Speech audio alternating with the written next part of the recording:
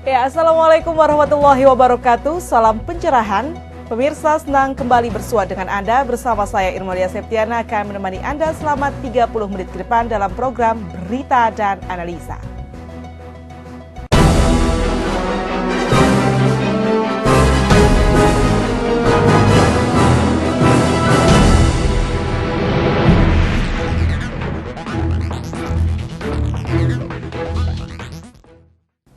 Setelah kurang lebih 3 hari pencarian pesawat AirAsia, Basarnas dan tim gabungan evakuasi memastikan puing dan jenazah yang ditemukan murni milik AirAsia KZ8501.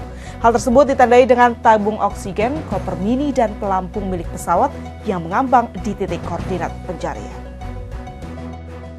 Lokasi jatuhnya pesawat AirAsia QZ8501 di wilayah perairan Pangkalan Bun, Kalimantan Tengah diduga tidak jauh dari pantai. Kondisi ini lantaran ditemukan serpihan yang hanya berjarak kurang lebih 200 meter dari bibir pantai. Meski jaraknya tidak jauh dari pantai, Basarnas tidak bisa menduga-duga soal kemungkinan adanya korban yang selamat. Semua tim berharap masih ada yang selamat dengan usaha yang maksimal dalam proses evakuasi pesawat AirAsia QZ8501. Lebih jauh, Sulistyo mengatakan pihaknya juga belum bisa menjelaskan mengapa serpihan pesawat rute Surabaya-Singapura itu berada di lokasi tersebut. Namun menurutnya, dalam penerbangan semua bisa terjadi lantaran faktor cuaca. Maka saya genapi yang melakukan itu, sekarang 100% bahwa itu adalah bagian dari pesawat AirAsia yang kita cari. Buktinya adalah sebuah gambaran. Ini adalah assembly aircraft, ya. Kemudian ada part number, ada manufacturer, ada part number, ada serial number. Sore ini saya undang 2 teknisi.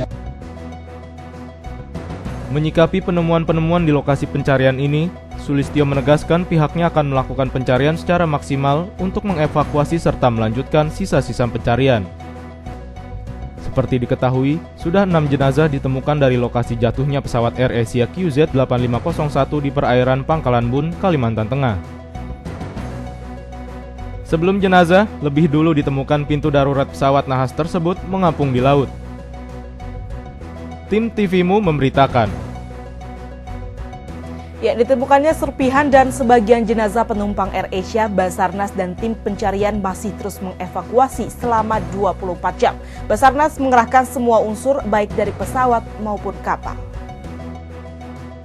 Badan SAR Nasional atau Basarnas memastikan serpihan yang ditemukan di Pangkalan Bun, Kalimantan Tengah, 95% kemungkinan berasal dari pesawat AirAsia QZ8501. Badan SAR Nasional mengerahkan semua unsur dan kekuatan untuk bergerak menuju lokasi ditemukannya serpihan yang diduga milik pesawat AirAsia QZ8501 di barat daya Pangkalan Bun, Kalimantan Tengah. Mereka akan melakukan proses pencarian dan mengevakuasi benda-benda maupun jasad yang ditemukan di sekitar lokasi tersebut. Kepala Badan SAR Nasional Sulistyo mengatakan benda-benda maupun jasad yang ditemukan oleh tim Basarnas akan dibawa ke Pangkalan Aju, Pangkalan Bun. Karena Pangkalan Bun landasan terdekat lokasi penemuan benda-benda dan serpihan yang diduga penemuan pesawat AirAsia. Sulistyo menambahkan Basarnas juga akan mengerahkan segala peralatan dengan teknologi tinggi serta kapal milik Badan Pengkajian dan Penerapan Teknologi yang memiliki alat mendeteksi objek besar di bawah laut. Tim TVMU memberitakan. Pemirsa, pasca kebakaran yang melahap habis Pasar Klewer, sejumlah relawan dari berbagai kampus di Solo membantu pendataan bagi para pedagang korban kebakaran. Kebakaran Pasar Klewer, pasar terbesar se-Asia Tenggara, memiliki efek kelumpuhan ekonomi dan menyisakan penderitaan bagi masyarakat Solo yang memiliki perputaran ekonomi yang mencapai 20 miliar setiap harinya. Belum dampak yang ditimbulkan akibat kebakaran salah satu pasar cagar budaya ini, banyak para kuli jinjing, tukang becak, jasa angkut harus hilang mata pencahariannya. Kerugian material masing-masing pedagang rata-rata ratusan hingga miliaran rupiah. Seperti penjelasan salah satu pedagang Pasar Klewer saat ditemui sedang mendaftarkan kerugian ke relawan pendataan pedagang Pasar Klewer berikut. Kalau kerugian itu ditafsir ya sekitar 2M. Iya, 2M. Iya, kios saya sendiri. Dengan ukuran 2x2 itu sekitar 2M. Karena empati dan prihatin, beberapa komunitas pecinta pasar tradisional yang terdiri dari mahasiswa ikut serta membantu pendataan bagi para pedagang pasar Klewer yang kiosnya terbakar. Dijelaskan oleh salah satu relawan, pendataan ini dilakukan secara sukarela dan informasinya dilakukan dari mulut ke mulut untuk permasalahan pendataan. Dari hasil pendataan sudah terkumpul hingga 500 lebih pedagang. Syarat pendataan sendiri relatif cukup mudah. Namun masih saja pedagang mengalami kebingungan, banyak yang tidak membawa surat-suratnya. Ke Dinas Pengelolaan Pasar. Pengelolaan Pasar, iya, membantu.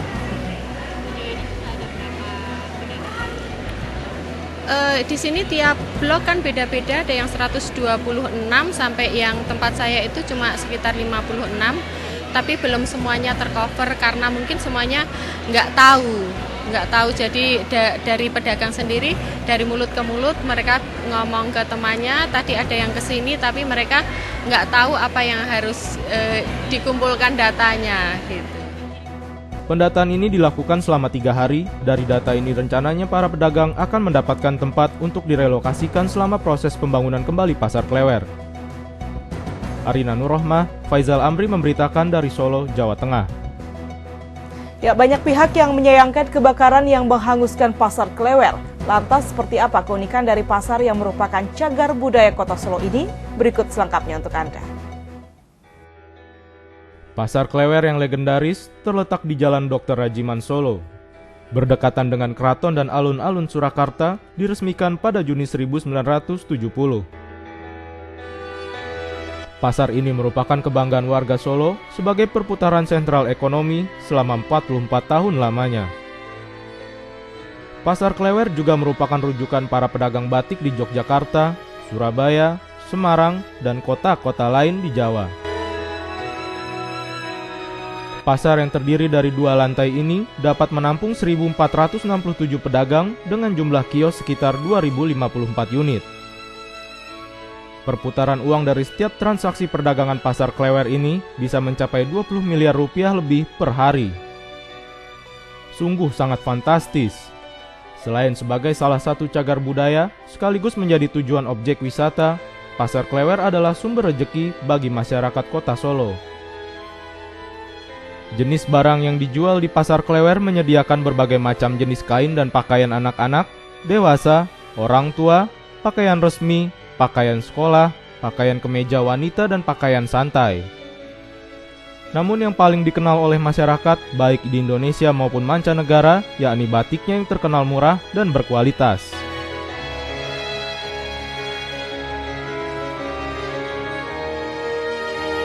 Namun, kini pasar kebanggaan Kota Solo ini harus sirna oleh si jago merah yang melahap hingga tersisa pada 27 Desember 2014 lalu, bersamaan sedang dilangsungkannya sekatenan di alun-alun Surakarta. Nasib ribuan rakyat kecil yang sangat menggantungkan hidupnya pada pasar Klewer untuk mencari nafkah musnah sudah. Ribuan rakyat ini masih menunggu kapan pemerintah Solo segera memberikan secercah cahaya dengan memberikan lahan mengais rejeki. Hingga saat ini proses penyelidikan kebakaran pasar Klewer ini masih terus dilakukan. Arina Nurrohmah, Faizal Amri memberitakan dari Solo, Jawa Tengah. Pemirsa, kami akan menyajikan serangkaian peristiwa politik nasional sepanjang 2014. Untuk itu tetaplah bersama kami.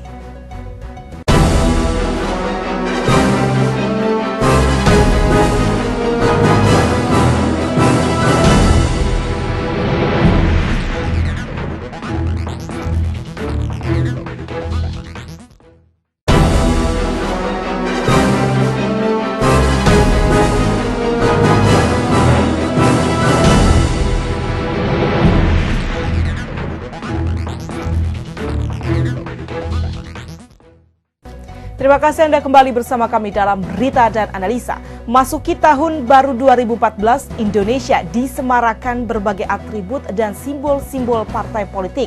Kemeriahan ini merupakan persiapan pesta demokrasi yang diselenggarakan 5 tahun sekali guna menentukan wakil rakyat, presiden, dan wakil presiden.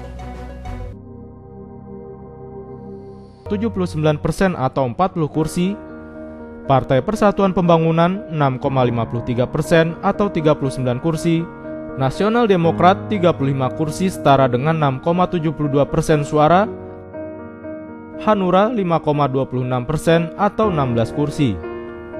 Sedangkan Partai Bulan Bintang 1,46% serta PKP Indonesia 0,91% suara tidak mendapat kursi apapun. Kedua partai ini gagal mencapai ambang batas parlemen atau parlemen threshold sebesar 3,5% suara. Dari perolehan hasil pemilihan legislatif, tak satu pun parpol yang lolos ambang batas pencalonan presiden atau presidential threshold yang sudah ditetapkan, yakni 20% kursi DPR atau 25% raihan suara nasional. Lalu bagaimana langkah partai-partai politik untuk menggolkan jagonya ke pentas eksekutif? Tetaplah bersama kami, Berita Analisa segera kembali.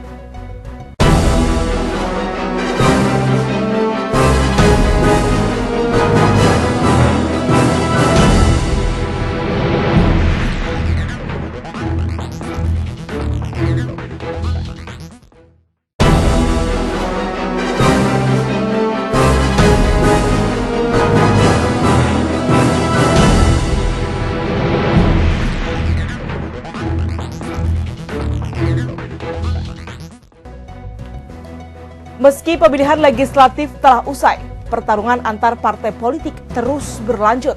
Dari perolehan suara dan kursi di parlemen, masing-masing partai politik langsung pasang taktik dan strategi lainnya menyongsong pesta demokrasi lainnya.